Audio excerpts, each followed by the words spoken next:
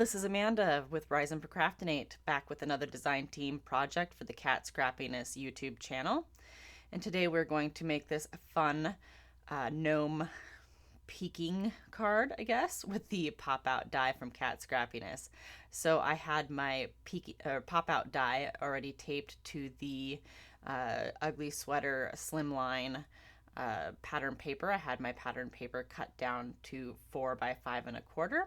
And then I taped that green cardstock that's from my stash to the back of it so I could cut the die out in the same exact place on it as well.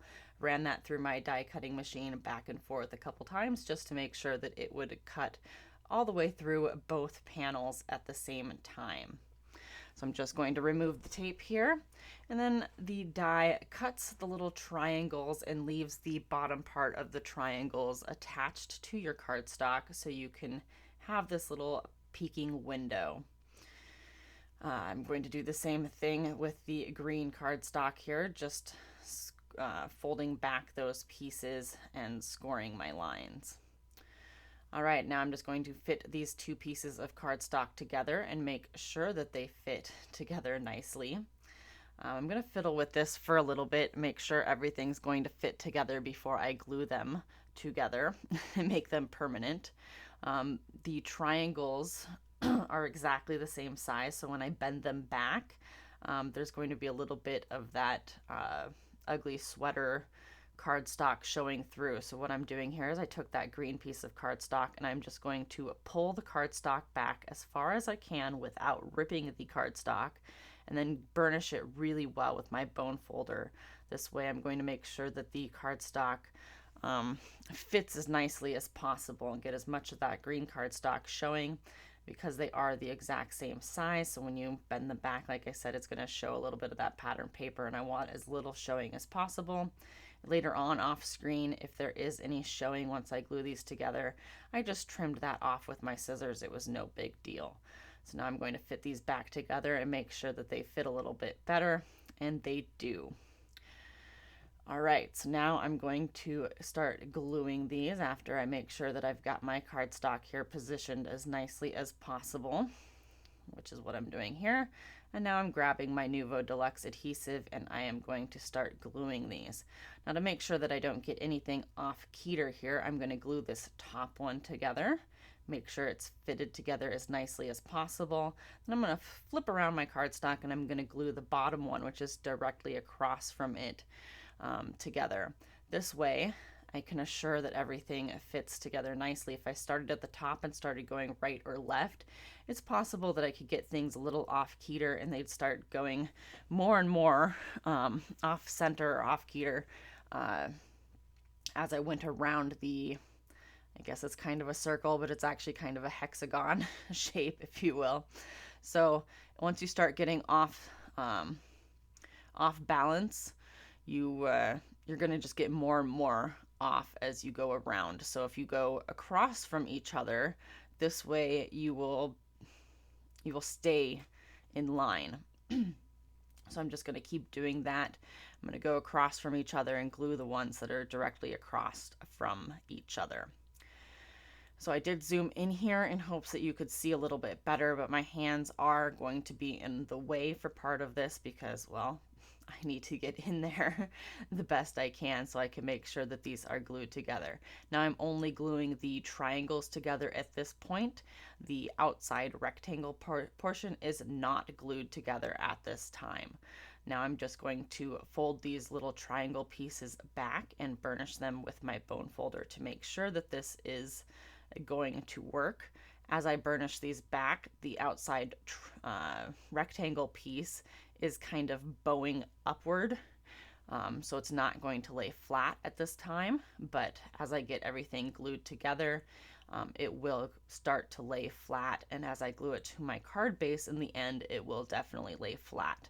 So I wasn't too terribly worried about this, but just to let you know, if you do try this at home, this is what's going to happen. It's going to kind of bow up because, like I said, these are exactly the same, and as you try to glue the triangle pieces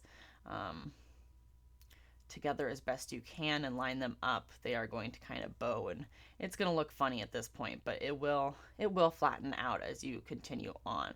Now the reason I glued this green piece to the back is because the pattern paper is double-sided. If you noticed, there were some ugly sweaters on the other side, and I didn't feel that it really went with my gnome theme, so I just wanted something plain on the back.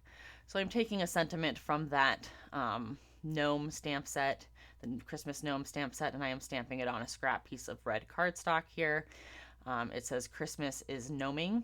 And I'm going to take one of the box sentiment dies, and I am going to cut this out.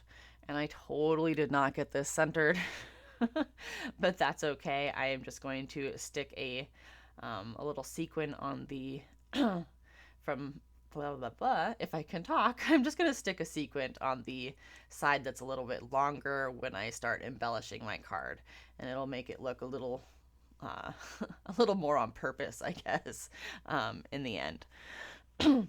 So I felt since I colored my gnome's little Santa suit red, I felt like since I'm backing this whole, or mounting this whole piece on red, that I felt like he might kind of blend in a little bit. So I'm just taking a piece of scrap green cardstock that matches the green cardstock that's on the back of this piece.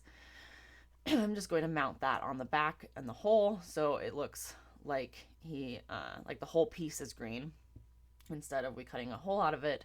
And I'm just going to stick that on the back and glue it down. Now I'm going to take this whole piece and glue it to that red mat, which is just slightly larger than the card panel, and stick that down on there. And this whole time I am sticking my stamp positioner down on this while the glue dries, and that is helping make this whole piece flatter, like I said, since it bowed up a little bit, and that is making all this lay flat while everything is drying. So the whole time this is getting flatter and flatter. Now I'm just going to stick my sentiment down flat to the card, and my glue bottle's getting to the point where it's starting to get a little harder to get the glue down to the bottom if I don't put my glue bottle tip down, which I usually do, but as I'm working I tend to lay it down on my craft surface and the glue is no longer at the tip of the bottle. Alright, so I'm using my Kat Scrappiness embellishment organizer here, and I chose some embellishments. These ones are called Glistening Tinsel Sequin Mix. I only chose the little silver holographic stars out of it because some of the other mixes, it's got some like red sequins and some silver sequins, and when I put them down on this polka dot background, I felt like they just kind of disappeared. So the stars showed up the best, and that's what I chose to use. Now I'm taking a Nuvo Aqua Shimmer pen in glitter gloss and just went over the ornaments in the Santa's, or the gnome's hands, the Christmas lights that are around him, and the star on the top of his head. And now I'm just going to stamp the inside of my cards. I like to finish off the inside of my cards. I don't always do them on video, but before they get sent off, they definitely get done. So I'm just stamping another one of the gnomes from the Christmas Gnomes stamp set, and another one of those sentiments from that same stamp set. Now we're just going to glue the front of the card onto the card base, and that will finish up the card for today. We'll give you a final look at all the sparkle from the sequins, and maybe you'll be able to see the Nuvo Aqua Shimmer pen. I'm not sure if that's going to show up on camera or not, but that will be on there as well. Don't forget the supply list is in the description box below if you're watching this on YouTube. If you're not watching on YouTube, there will be a supply list at the bottom of the blog post on the Kat Scrappiness blog. Don't forget to subscribe to the YouTube channel if you haven't already, and give this video a thumbs up. And as always, have a great day.